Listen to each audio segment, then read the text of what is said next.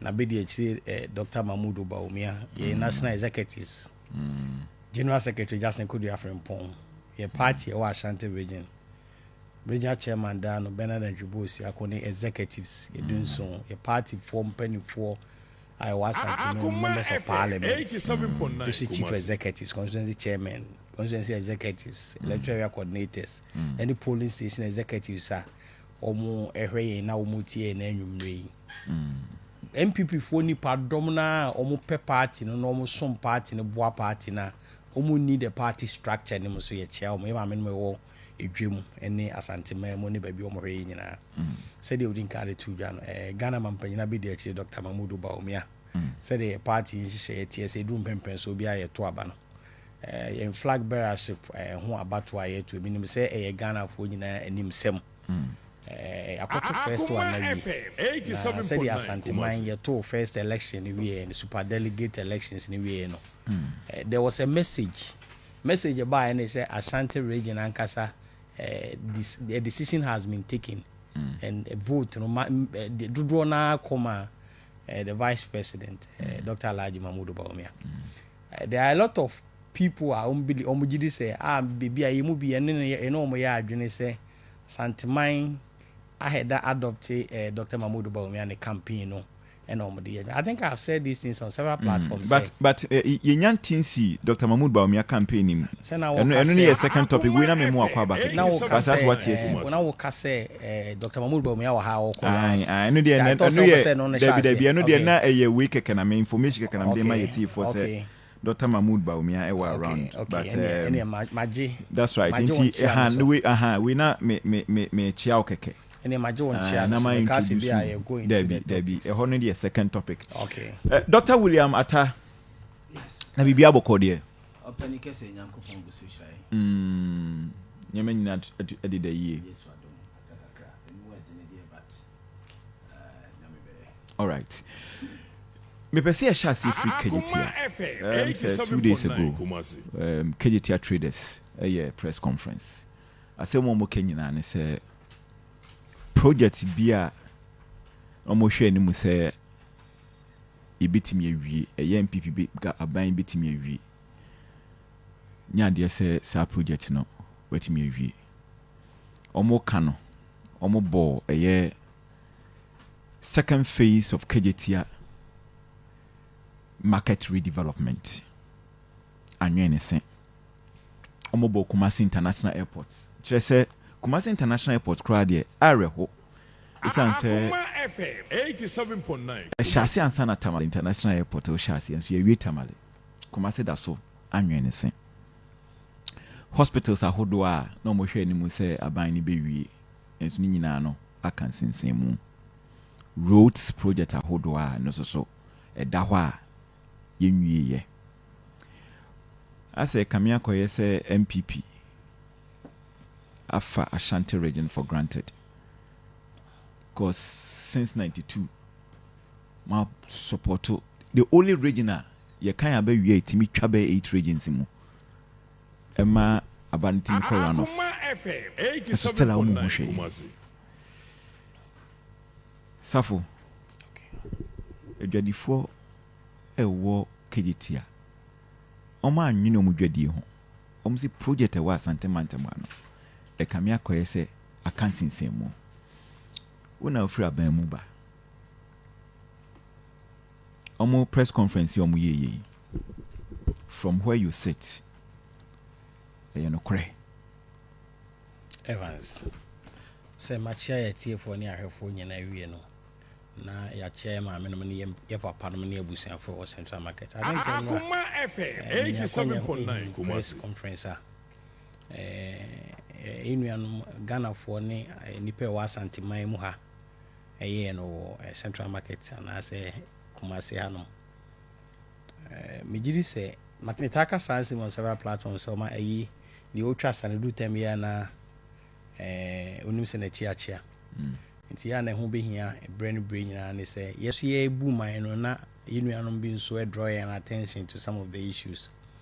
nti menya sure say ye ne omo raise those concerns and what problem there be that Nemo no kwe woman say enye no kren so da say MPP as a government and as a political party from 2017 ABC 2023 a woman and I say Nana Rodam Kwaku-Fardo bedi Ghana mampanyine we ya Asante Mayama saa asem ne de metime de metikura de ato ho de dia dance saa asem ne nya no kre in terms of I'm being honest with you in terms of Nana Rodam Kwaku-Fardo ne policies and programs ahoro a all running or the buga na nyina no say even so picking no nyina ma akoma now you honest and genuine to yourself sir ube hu say Asante man chefan e wo nala ho go nyina yensaka answer na make the issues are in central market for a reason no any many be on my general looking at the size of Ashanti region any in population ye wanting no ye hu ne man so doso and again so we Nana Rodam Kwaku-Fardo said you no no gitum said ye enchichire Ghana na Nana Rodam Kwaku-Fardo nye mampanyini a ono gidi say so we development e was all the nyina gu ba bi fa akon Nana Rodam nje saa ne ma ndi Nana Rodam Kwaku-Fardo developmental concept said you no gidi say o say ye mpuntuo na ni say e was say spread development across the regions when the whole Ghana the policies ahoro nyina ne campaign message ni nyina utia say one district one this inti Nana Rodam Kwaku-Fardo from day one o say enisi ya dim puntuduma ni nyina begu Kumasi mfimfin say ye be ya yenu anom a wo the other districts nkron ketua mu no omo nso benya so mfaso bie inti so hwa Nana Rodam Kwaku-Fardo share na adwen say wo ye free SHS wa anye Kumasi mfimfin nko an wa nya nkurase no inti whether implementation of free SHS in educational sector na every secondary school or Ghana every secondary school was Ashanti region free SHS ne kan in this the number of secondary schools that was Ashanti region I are spread across the region no every community baby a wotie bia no ni free SHS no benya so mfaso even so, let me pick this one Nana do say one constituency one ambulance or share sa one constituency ambulance no constituency biara e was Ashanti region 47 constituencies every constituency sa 47 no bia on an ambulance one ka say yemfa nyina megu Kumasi mfimfin because bantemafo ho hia chen bia one other district nti o che ne pe no bia ansa aka Nana Rodam Kwaku-Fardo say Akoma FM every 87.9 Kumasi apart from one constituency one ambulance no pick something like Rose in before 2016 Evans one of the demonstrations I did the power of Ghana high Asante Maya Kwan because prior to 2016 elections Evans not demonstration ya den ya kwan nyina tutu mo Mohammed ya demonstrations are power kwan because habre no adum yen residential area baby Kumasi ya be biara kwan na tutu eno ya ho demonstrations several times Emma mampanyinda da adwom ama beka kire yen say oh mu ye dededo mu ha adwene Santefo de se me de gold mpo be ye mu akwan a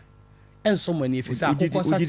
ujiti se san wo kan no even the evidence had this as we dey there must me no me no I've listened to several we sat tape no metie ni ye okay one can even so can say yeah boy me na me one can say but I think say I'll try and get it I try so sabe kan ye the spin kakra eno na ma mampanyinda da adwom ha ma beka asasem Santefo de me de gold kra be ye mu akwan a enso mo ne fisa akosa kira kroma anya ne sabe na ya akwan sem as I speak with you Akoma FM 87.9 most of the districts in Ashanti region have seen some improvement in our roads Kumasi for example say now apart from the district kronin finfin na nimonyam ni nyina egu Kumasi ni finfin had mu say sa kwan a na ni nyina tutu ni nyina you can see say ni nyina has been tiled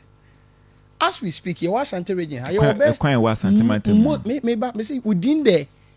Kumasi enclaves me no kasa ne me gitum say we ye man so kwanta Kwabre Anso Dubia and I think we have almost about 4 districts and constituencies the problem is massive but even as I me no kasa ne even say am o mranti en nko Kwabre from Mampontin to Dumanafo from Abuasu to Wadi Adjumakasi Kosi Kenya say most of the Kwabre roads ya share gutters asia woni nipa te sa mpotam no hia omeka jo se no kranie se de ne yesu Kwabre akwan ne ho no mpuntuo kakra ye dey abam me fiada ho ma senti me ka Kwabre asema me de Akoma pa ne ka se de first ne ye dede o Kwabre akwan ho no ye sa na tie bio gutters de uhu se dwumadie bi koso a yenye ho abota sa akwan ni na bi even sa de ba kwan e ha adwen wo kwan ye mu ne se ekwan ye ente se enye 2 seconds ade ka se wo ye gutters ebeteki time mpo ututu mirika sa wo be pre wo ho a unya mpuntu obi am no kure wo mu ne se akwan ni bi ho no ma e delay abi disa man so do bia ma fa wo mo kwan ba akom yenu so ma hu se oh utimu se dabi ba bi ho no ma etwa sini but omo so do omo ne ehu bibi kakra kire se aban no etu anamo bi a ye the pressure ma aban na obeye me I consider I agree with the people in this region say Oliver Twist asanteman here more kan we akwan no bebre importamu kakra wo a still there are issues but no credit na na drank go for na Ashanti region yet krom ha na a free minim say we obi a journalist a 90 year pa oboase town roads oboase to anwan kwanta so wo ko ba bi te say contancy to atonsu akwan there are several of them every district almost every district apart from Kwabre all the districts have some changes in terms of quota and rules kakra na osi de ka ho but still akwan no problems kakra da so ewu ofa bibi ti say health na na dan kwa